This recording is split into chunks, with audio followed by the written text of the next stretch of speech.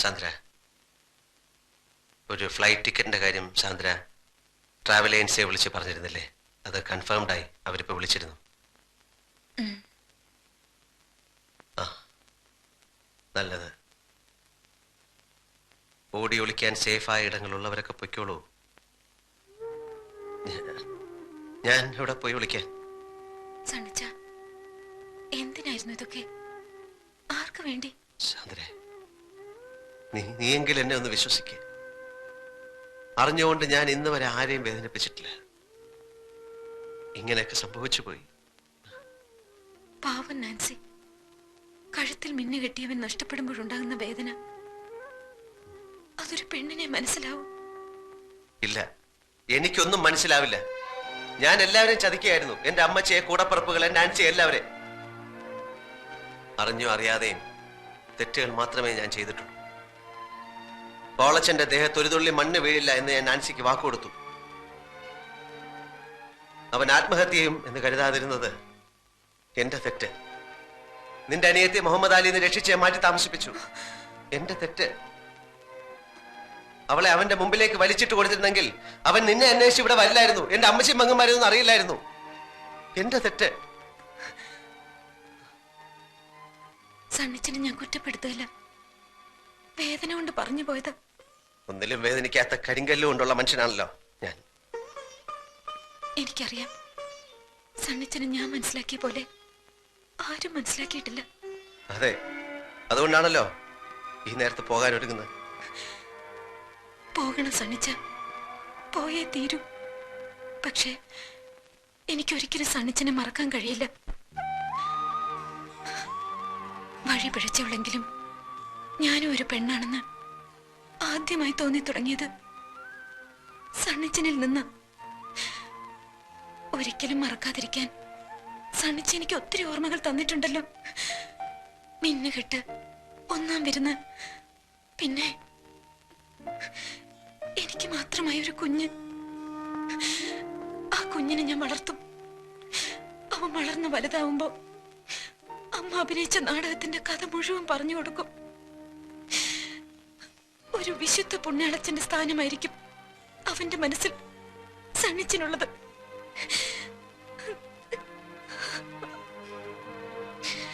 അമ്മച്ചിയോടും മോളിക്കുട്ടി സിസ്റ്ററോടും ഒക്കെ യാത്ര പറയാൻ നിൽക്കുന്നില്ല.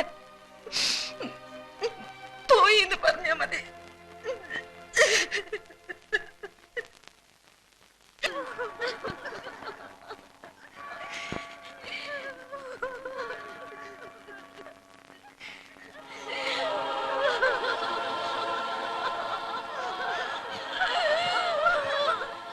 വേണ്ടാച്ചോ, ഞങ്ങൾ സമ്മതിക്കില്ല. ആത്മഹത്യ ചെയ്തവർക്ക് തിരുക്കർമ്മങ്ങൾ കൊടുക്കാനും അവരെ സിമത്തേരിൽ അടക്കം ചെയ്യാനും നമ്മുടെ സഭാ നിയമത്തിൽ പറഞ്ഞിട്ടില്ല. അങ്ങനെയുള്ളവരെ അടക്കാൻ തെമ്മാടി പറമ്പുണ്ട്. പ്രശ്നങ്ങൾ ഉണ്ടാക്കണോ? മുമ്പ് ഹൃദയസ്തംഭനം വന്ന് എന്റെ മടി കിടന്ന് മരിച്ച പാലോമുറ്റത്തെ ഇട്ടിച്ചന്റെ ശവം ഈ പള്ളിപ്പറമ്പിൽ എല്ലാവരുടെ മുമ്പിൽ വെച്ച് വിലപേശിയത് ഞങ്ങൾ ആരും മറന്നിട്ടില്ല. അച്ചോ, ഈ ശവം ഇവിടെ അടക്കാൻ ഞങ്ങൾ സമ്മതിക്കില്ല. വേണ്ട പൈലി, വേണ്ട. അവനെ പള്ളിപ്പറമ്പിൽ അടക്കട്ടെ. അവൻ തൂങ്ങി മരിച്ചതല്ല, അവനെ കർത്താവ് വിളിച്ച. വേണ്ട, അതിന് നിന്റെ ശുപാർശ എനിക്ക് വേണ്ട. എന്റെ മോനെ തമ്മാടിപ്പറമ്പിൽ അടക്കണ വന്നാലും ഞാൻ അടക്കും. പക്ഷെ നിന്റെ അവതാരം കൊണ്ട് അവനെ പള്ളിപ്പറമ്പിൽ അടക്കണ്ടടാ. ഇത്രയൊക്കെ ആയിട്ടും താൻ പഠിച്ചില്ല അല്ലേ?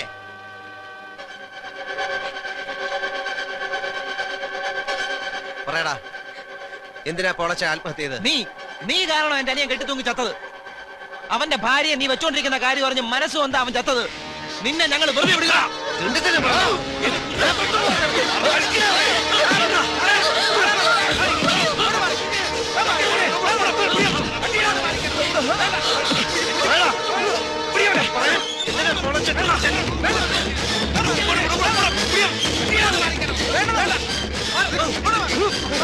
അടുത്തുവരെ കൊന്നാളെ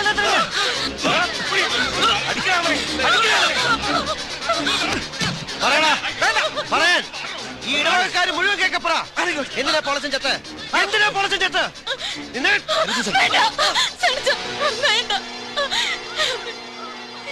ഇത് ഞാൻ നാൻസിയെ കടന്നു പിടിക്കുന്ന കണ്ട് പെണ്ണും കൊണ്ട് പൊളിച്ച് തൂങ്ങിച്ചെത്തത്.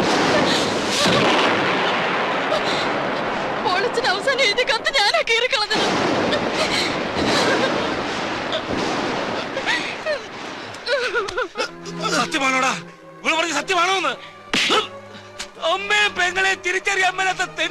പൊയ്ക്കോ. എനിക്കൊരു മകനില്ല. എന്റെ കർത്താവായ ദൈവം തമ്പുരാനെ, മാറാരോഗം തന്നോ, എന്തെങ്കിലും അപകടത്തിൽപ്പെടുത്തിയോ, എന്നെ കൂടി അങ്ങ് വിളിക്കാൻ മേലെ. അന്ത്യവിധിക്കുമ്പോ എന്നെ കൂടെ വിളിക്കണേ പിതാവേ.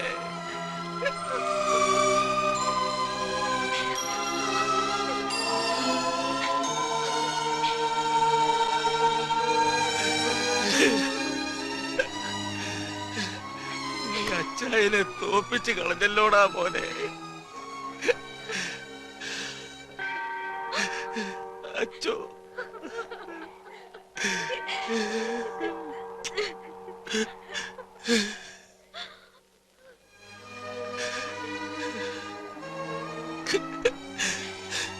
സണ്ണിച്ച, നിന്റെ അപ്പച്ചനോട് ചെയ്തതിനല്ല കർത്താവ് എന്നെ ശിക്ഷിച്ചു. ഈ പാപ്പച്ചായനോട് മക്കള് പൊറുക്കണം.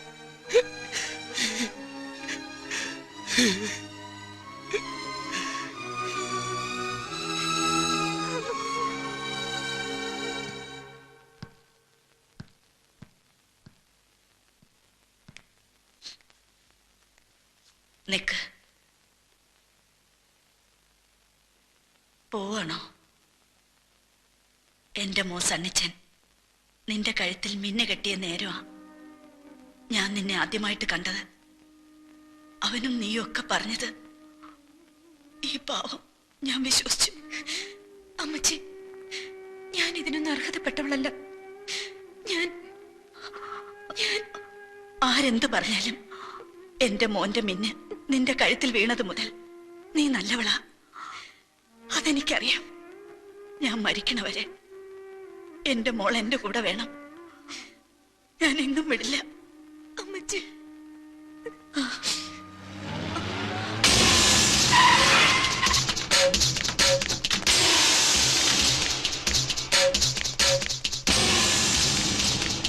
എന്റെ പണവും പിടുങ്ങി എന്നെ ജയിലാക്കിയിട്ട് നീ ഇവിടെ വന്ന് സൂയിക്കാണല്ലേ?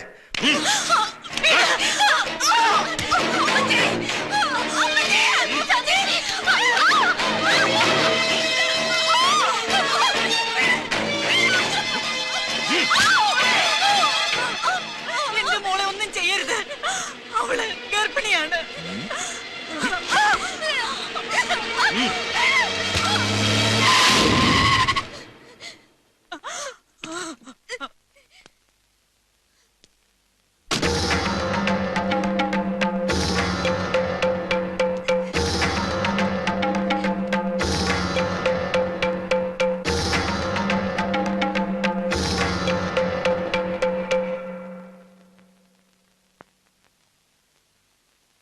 മുഹമ്മദ് അലി, നിനക്ക് എന്താ വേണ്ടത്? ഒരു വഴക്കിനോ ബഹളത്തിനോ ഒന്നും എനിക്കിപ്പോ വയ്യ. ഞാൻ ആകെ തകർന്നിരിക്കുകയാണ്. നിനക്ക് എന്താ വേണ്ടത്? പറ. ഇവളിപ്പോ ഒന്നിനും കൊള്ളില്ല. എന്നാലും ഇവളെ ഞാൻ കൊണ്ടുപോകാം, നിന്നെ സിംഗപ്പൂർ വരുത്താൻ. ഞാൻ ഇനി അങ്ങോട്ടില്ല. നിനക്ക് പണമല്ലേ വേണ്ടത്? എത്ര വേണമെങ്കിലും ഞാൻ തരാം. എന്റെ കമ്പനിയുടെ ഷെയറുകളോ ഞാൻ കമ്മിറ്റ് ചെയ്ത കോൺട്രാക്റ്റുകളോ എന്ത് വേണമെങ്കിലും ഞാൻ തരാം. നീ പറയുന്ന പോലെ ചെയ്യാം, പ്ലീസ്. എനിക്ക് നിന്നെ 5 വർഷങ്ങളായി അറിയാവുന്നതല്ലേ? വേണ്ട, ഇപ്പൊ ഒന്നും വേണ്ട. ഇവള് മതി. പ്ലീസ്. അവൾ ഗർഭിണിയാണ്. I know. എന്തിനാടി മടങ്ങിപ്പോവാൻ നേരം ഈ ഒരു എക്സ്ട്രാ ലഗേജ്? എന്റെ കുഞ്ഞ്, ഞാൻ പറഞ്ഞില്ലേ നിനക്ക് എന്ത് വേണമെങ്കിലും തരാം. ഞങ്ങളെ വിട്ടേക്ക് പ്ലീസ്. ഇവൾ ഇങ്ങോട്ട് വന്ന പോലെ തന്നെ എനിക്ക് കേൾക്കില്ലേ? വേണ്ട, ഞാൻ പോയിക്കോളാം. ഇല്ല, നിന്നെ ആർക്കാ ഞാൻ വിട്ടുകൊടുക്കുക?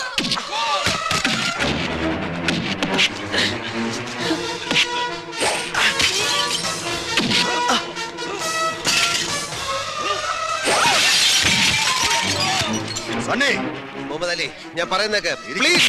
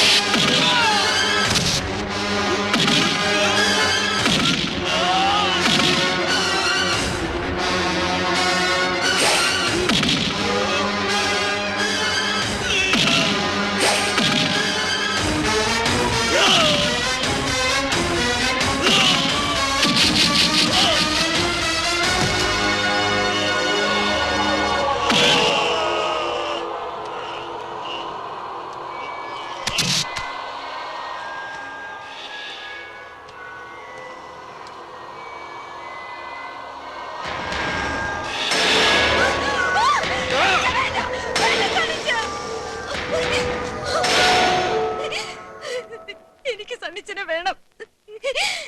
നമ്മുടെ കുഞ്ഞിന് സണ്ണിച്ചനെ വേണം. അമ്മച്ചിക്കും ഇവിടെ എല്ലാവർക്കും സണ്ണിച്ചനെ വേണം.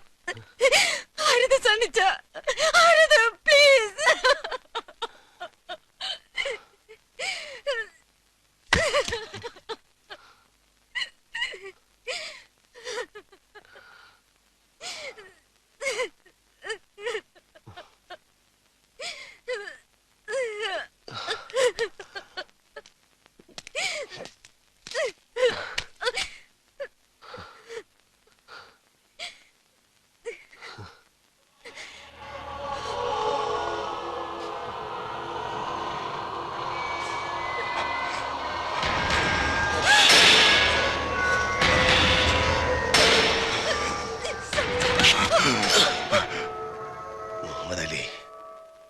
ഞാൻ വെറുതെ പറഞ്ഞതല്ല. നിനക്ക് ആവശ്യമുള്ള പണം ഞാൻ തരാം. നീ പോ. നീ ഞങ്ങളെ വിട്ടേക്ക്. ഇനി നീ ഇവിടെ നിന്നാൽ എനിക്ക് നിന്നെ കൊല്ലേണ്ടി വരും. നീ പോ. എനിക്ക് ജീവിക്കണം. നിനക്കും ജീവിക്കണ്ടേ?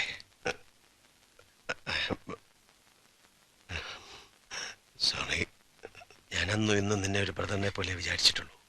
പ്ലീസ് നീ പോ. ഞങ്ങളൊന്ന് ജീവിച്ചോട്ടെ.